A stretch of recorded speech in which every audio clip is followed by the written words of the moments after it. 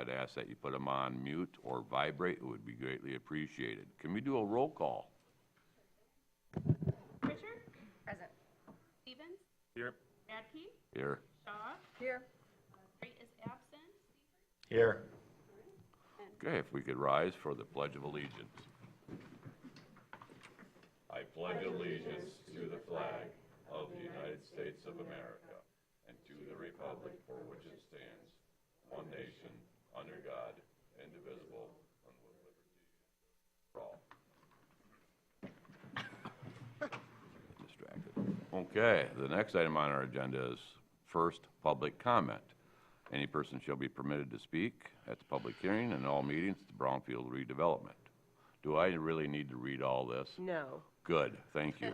In other words, if you'd like to speak, please go to the podium, state your name and address for the record, and direct your comments to the board through the chair. Do we have any such willing public? Seeing none, we'll move on to number 3, the agenda approval, additions, subtractions. Does anybody wish to add, subtract from the agenda as presented? I'll make the motion we approve as presented. We got a motion by Seifert, supported by I'll second. Richard, thank you. Any discussion? Hearing none, all in favor indicate by saying aye. Aye. Those opposed say no. Motion carried, thank you. Item number 4, I'm going to hand this over to Ann. Good morning, everybody. So it's that time of year again. We have to elect our board for chair and vice chair. I did want to let you know that Amanda is no longer going to be serving on the Brownfield Redevelopment Authority. She moved, and so she's now down in Cadillac.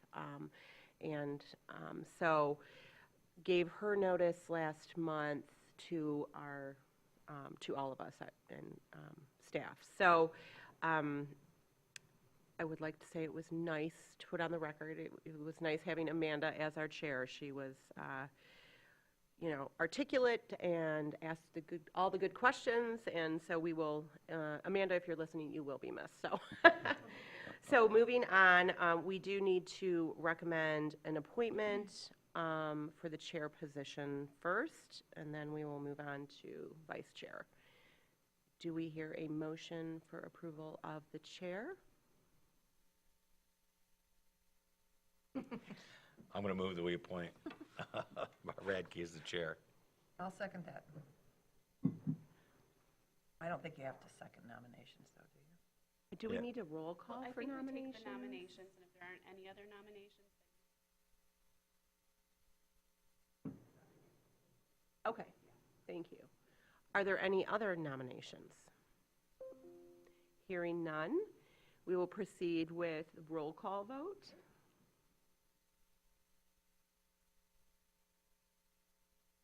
I'm sorry, Shaw? Here, yes. Radke? Yes. Yes. Richard? Yes. Yes. Okay, moving on. We would also like to we would like to propose a recommendation to nominate and appoint the vice chair. And, apparently, Mr. Radke, that would be led by you now. Oh, that would be led by me. Yeah, now you take over. I'm reading my instructions as we go. And we'll proceed. As indicated, is there any recommendations for vice chair? Well, I think Jeff would be a Support. pretty solid.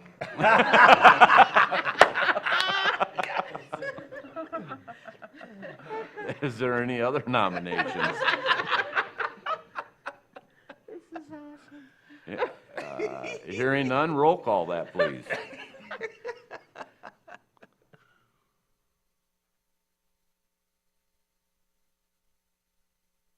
Yes. Radke?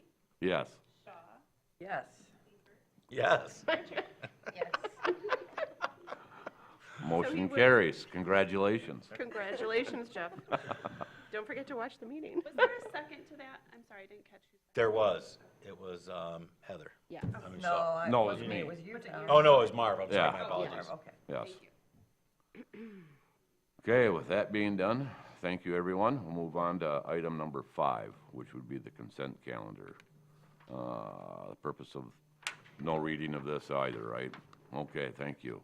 Everybody understand the consent calendar? Any questions? If not, I would entertain a motion to approve the consent calendar as presented and recommended. So made. Second. We got a motion by Seifert, seconded by Shaw. Any discussion? All in favor indicate by saying aye. Aye. Aye. Those opposed say no. Motion carries to approve the consent calendar as presented. Number 6, special orders of business. I am not aware of any. Is there any that, There are none at this time, thank you. okay. Item number 7, we will bypass. Number 8, we will bypass as there's nothing brought from the consent calendar and nothing added to the agenda. Number 9, departmental items. Treasurer Heidi Sheppy. Yeah, so in the packet is your preliminary December trial balance. Interest and everything is recorded, just working on the year-end journal entries for the liabilities and just GASB stuff. So happy to answer any questions. Does anybody have any questions from the board, staff? I'm going to ask members of the audience. Seeing none. Thank you, Heidi. Should we receive a motion? Should we have a motion to receive and file? Or just, We don't okay, generally. perfect. yeah. Item 9B, Scott. The listed item is information from Lauren, the city attorney, and myself concerning the charter amendments and the TIF policy amendments. And there's a link to that in your packet. And without further ado, I'd turn it over to Lauren to start us out. Okay. So I think that the purpose of the discussion this morning is kind of to talk about how the charter amendment may or may not affect the Brownfield Board. So when you look at the language of the charter amendment and what it says, it really speaks to TIF plans throughout the entire amendment. So if a TIF plan is created, extended, or amended, then that would need to go to the city for a vote, but not until after this board takes action on it. So under the implementation policy, this board would take whatever action that it would need to take leading up to the city having to take action on an amendment or an extension or a new TIF plan. And then that would go to the city commission, and the city commission would then tee that up for a vote. So this board really doesn't have to worry about that too much because you would take your part in the process and then send it on to the city commission, and then they would send it on to the ballot on doing the procedures they need to do to make that happen before the city commission would then, in this case, concur in the plan. So if you're doing something that doesn't require any city commission action, like amending a work plan or some sort of a budget amendment or something like that, it doesn't go to the city commission. It never has. You've never sent something like that to that's not part of the process. Then you don't have to worry about the charter in that instance. It's just really specific to TIF plans, and when TIF plans are amended, extended, or a new plan is enacted. So does that help? Yes. So I mean, the main question that came up in the last meeting on December 11th, I believe, was when we were going through a budget line item adjustment on the existing TC Place plan, would that be a conflict with the current implementation policy? And this is all based on legislation. We follow Act 381, which is the act that governs the Brownfield Financing Act. And so as a requirement to amend a plan is only triggered by addition of new properties and an increase of the original TIF budget. So if the eligible activities were increased by $1 million, that would trigger a formal amendment of a plan, which would then have to be recommended to go to City Commission and then go through the process that Lauren laid out. Similarly, so as we have a number of plans within in the city of Traverse City that have been active since 2002, we have been working with our state agencies, Eagle, Michigan Economic Development Corporation, and working through any subsequent amendments that were required or not required. And so I just wanted everybody to have that information in the packet so that it was clear. Okay, thank you. Anybody have any other questions, or any questions to begin with, I should say? Seeing none, hearing none, thank you for the explanation. It did help. Thank you, Lauren. We All right. appreciate it. I'm going to scoot off to a different meeting. All right. Everybody have a good day. Make sure you tell Jeff congratulations. Okay, I will. Oh my gosh, please do. I will. Can you take a picture of his face? You may be able to hear the reaction. We're just. Oh my goodness. Okay, and anything else on this, Scott, that you want to add, or? No, I just again, the policy of budget line item adjustments has been in place since the beginning of the Brownfield Authority and the first iterations of the Brownfield Authority under the statute. So this is not something new or different that we're doing as a result of how we treat brownfield plants. This is consistent with past practice, so long-standing past practice, and so I feel very comfortable in Lauren's assessment and agreeing with Ann that the line item adjustments are fine. Very good. Thank you. Next, 9C, Ann. Oh, whoops. Oh, no. Just a moment. I just had a glitch on my computer. Okay, now I'm fine. 9C. Yes, that would be. I'm like, what are we doing? So I don't have any comments at this time today. We are, anything that I speak to will be under new business. Very good. I'm not aware of any old business, so of number 10, so we'll move on to item 11, new business, which contains sub A, 124 West Front Street, Traverse City, approval of the Eagle Grant and Eagle Loan, sub-grant and sub-loan agreements between the Grand Traverse County Brownfield Redevelopment Authority and GLC Northern Michigan Front LLC. Ann, could you do us an overview on this? Yes. So the 124 West Front Street was awarded a grant and actually two grants and a loan back in 2020.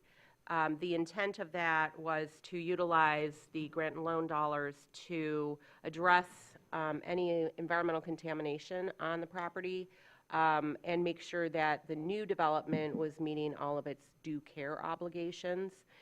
Due care obligations mean you want to make sure that people aren't exposed to contaminated soil or that during the construction on the property that the soil is properly managed. And what that means is that if the soil is contaminated, that it would be transferred to a regulated landfill that receives that type of contamination. Additionally, because it's a commingled situation there, we had releases from a former underground storage tank, so we have petroleum products on the site. And then there's a groundwater plume that comes from the former dry cleaner.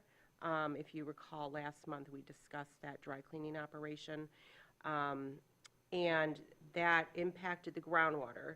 And so there's chlorinated solvents in the groundwater. So as part of the implementation of these grants and loans, a vapor mitigation system will be put in underneath the new development to prevent any vapor intrusion. So part of that process was we originally had a different development team. We had a different project on this site. In about 2023, they shifted the project scope from a mixed-use workforce housing with retail to a hotel. And so subsequently, we've been working with Eagle on benchmarks to achieve certain requirements to keep the grant and loan in play, so to say. So the development team's representative, Eric Helzer, is here to answer any questions on that if you need. But essentially, the benchmarks were do additional testing that was done over the last year to delineate the extent, how are we going to manage it during construction, and then the next benchmark is going to be related to the closure of that leaking underground storage tank, and then some additional target dates for implementation of the project itself. So the loan that you see before you, the sub-grant or the sub-loan agreement, is not going to be executed. We want you guys to approve it substance and form today, but we're not going to execute that loan until we get proof of financing from the development team, because our contract on the sub-grant agreement and sub-loan agreement is with the developer. However, the grant and loan agreement is with the state, so the Department of Environment, Great Lakes, and Energy. We don't want to draw on a loan and start incurring interest until we know the project is moving forward, because we don't want to incur any obligation to pay that loan until we know that we'll have available tax increment revenue to pay that loan down. So that's where we are today. If you have any questions, let me know. Heather? I do, yeah. So I understand that a brownfield exists to fund and facilitate redevelopment, but all redevelopment is not equal, and this is $1.64 million of public environmental support to unlock a high-value luxury hotel development, not the originally proposed workforce housing from 2020. I think this raises all sorts of questions like, why are we supporting this site over other sites? Why are we supporting tourism over housing? Why are we supporting a public subsidy of a project that appears to be financially viable? Is this subsidy advancing public benefit, which I presume is part of Brownfield's mission as well, or just a private waterfront monetization? There is a finite pot of money for brownfields, and this is $1.6 million that could be used someplace else. I think it also risks reinforcing some kind of model, or at least putting a model up at the top here that says, oh, if you've got prime waterfront and you've got public cleanup and you've got a luxury hospitality and private profit, we will support you. Redevelopment on this site may help a couple of high-end restaurants around here or some nice shops, but redevelopment like we're seeing on the next two projects, that helps schools, hospitals, manufacturing, and all kinds of local businesses. Totally different projects. So I'm not interested in this project. Okay, may I make a few clarifications? Of course just you may. For point. So these Eagle grants and loans, they come from the state. They are to only deal with environmental contamination. They are not a subsidy to go into providing additional equity or other into the development. The sole purpose of utilizing Eagle grants and loans is to, as a public purpose, remove contamination from an existing brownfield site. The original intent of the Brownfield Act was all based on removing contamination and properly managing contamination on sites that were contaminated. So these loan dollars are essentially, and grant dollars, are going towards that specific goal in downtown Traverse City, we're removing source area contamination that could further impact groundwater within our community. There is also, as you are aware, again, with partnership with Eagle, we are addressing the source area of this contamination from that dry cleaner. Eagle has stepped in, again, as partners. They are utilizing district money to address the source area contamination of the chlorinated solvents. In order to facilitate development, whether it's a mixed-use development, housing, other, there are obligations that the property owner has to meet in order to even build that project. So these grants and loans allow for the environmental piece of that puzzle to be addressed.